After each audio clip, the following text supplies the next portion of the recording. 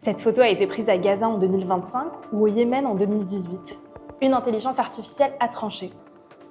Mais elle s'est trompée, et ce n'est pas un cas isolé.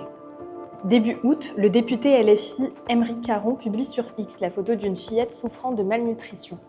Pas de légende, pas de date. Très vite, des internautes interpellent Grok, l'intelligence artificielle intégrée à la plateforme, pour vérifier l'origine de l'image.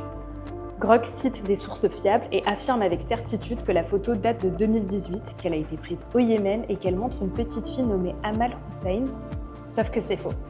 En faisant une recherche d'images inversées, on tombe sur cette photo publiée par Getty Images le 2 août, avec l'agence France Presse comme source. Alors, on va voir sur le site de l'AFP. En tapant Gaza et Mariam, on tombe sur la photo avec toutes les informations et métadonnées.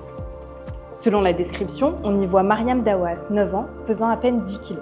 Sa mère raconte qu'avant la guerre, elle pesait 25 kg.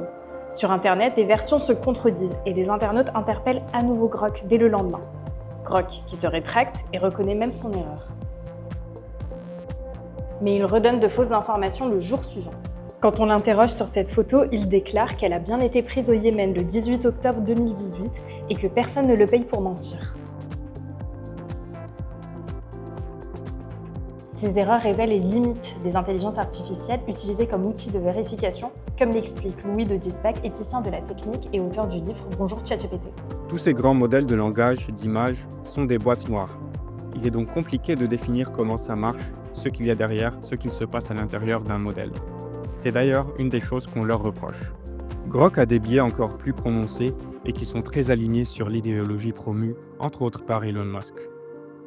Ces biais proviennent de deux grandes sources.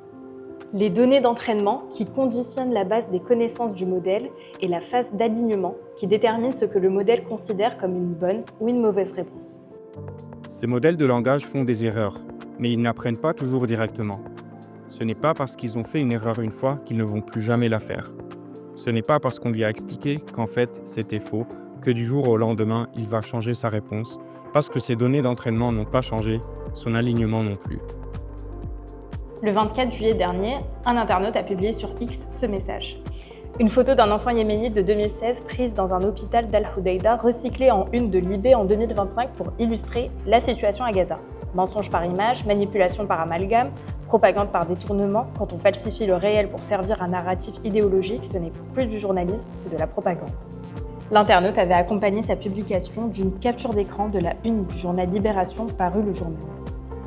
Une autre personne a soumis l'image à Grok pour vérification et l'IA a alors répondu que la photo en question était bien une reprise d'une image prise en septembre 2016 au Yémen, concluant qu'il s'agissait d'une manipulation pour illustrer Gaza.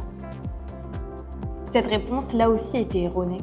Une simple recherche d'images inversées permettait de confirmer qu'il s'agissait bien d'un cliché récent pris à Gaza, dans le contexte du conflit actuel. Néanmoins, la recherche d'images inversées peut parfois induire en erreur.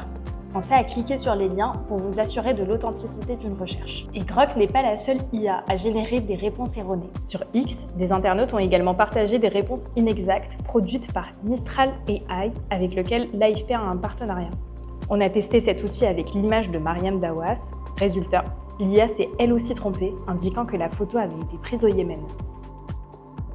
C'est un agent conversationnel avec qui avoir une conversation. Pour moi, il faut le voir comme un ami mythomane. Il ne ment pas toujours, mais il peut toujours mentir. On détaille tout ça sur AFP Factuel.